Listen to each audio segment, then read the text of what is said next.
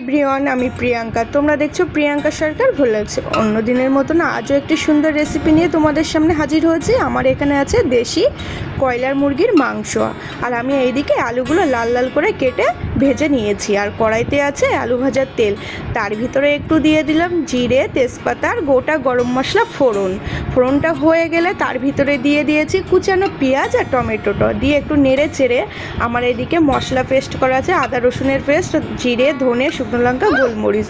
আর এদিকে সেই পেঁয়াজটা ভাজছিলাম, সেই ভাজার ভিতরে দিয়ে দিয়েছি আমরা একটু আস্ত রসুন খেতে ভালোবাসি, সেই আস্ত রসুনটা দিয়ে তার ভিতরে দিয়ে দিলাম আদা রসুনের পেস্টটা দিয়ে একটু নেড়ে চেড়ে তার ভিতরে দিয়ে দিয়েছে চিনিটা দিলে কালারটা সুন্দর আসার, খেতেও টেস্ট হয়।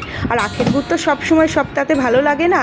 তারপরে দিয়ে দিয়েছি বেটে রাখা সেই মশলাটা, একটু নেড়ে চেড়ে তার ভিতরে দিয়ে দিলাম হলুদ, লবণ আর মিট মশলা দিয়ে আবার একটু মশলাটা কষিয়ে নিলাম। ভালো করে মশলাটা কষিয়ে নিতে হবে। এদিকে মশলা আমার কষাও হচ্ছে, আর মশলা থেকে তেল ছেড়ে দিলে তখন রেডি হয়ে যাবে আমার মশলা কষানো। আমি তার ভিতরে 3 থেকে 4 চামচ দিয়েছি টক দইটা দিয়ে আবার একটু ভালো করে মশলাটা আমি কষিয়ে নিলাম। কষা হয়ে গেছে, তার ভিতরে দিয়ে দিয়েছি চিকেনগুলো দিয়েও আমি ভালো করে কষে নেব।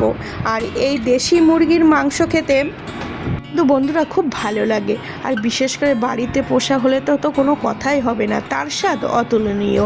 আর চিকেন তো কয়দিনের ভিতরে ইঞ্জেকশন দিয়ে সব বড় করে দেয়, ও খেতে ভালো লাগে না। আর এইদিকে আমার মাংসটাও কষা হয়ে গেছে, আমি ওর ভিতরে দিয়ে দিয়েছি সেই ভেজে রাখা আলুটা দিয়ে একটু নেড়ে চেড়ে তার ভিতরে জল দিয়ে দিলাম। জলটা দিয়ে কিছু সময় আমি ঢাকা দিয়ে দেবো, যেটা আলুটাও সিদ্ধ হয়ে যায়, চিকেনগুলোও সিদ্ধ হয়ে যায়। আমার সব সিদ্ধ হয়ে গেছে। আর এইদিকে ঠিক নামানোর আগে আমি দিয়ে দিয়েছি একটু গরম মশলা দিয়ে আরেকটু আমি ফুটিয়ে নিলাম। আমার রেডি হয়ে গেছে দেশি কয়লার মুরগির মাংস, আর দেখতে কিন্তু খুব সুন্দর লাগছে। আমি নামিয়েও নিয়েছি একটি পাত্রে। তোমরাও বাড়িতে এইভাবে একটু বানিয়ে খেও, আর আমার চ্যানেলটিকে লাইক করে সাবস্ক্রাইব করে পাশে থেকো। টাটা।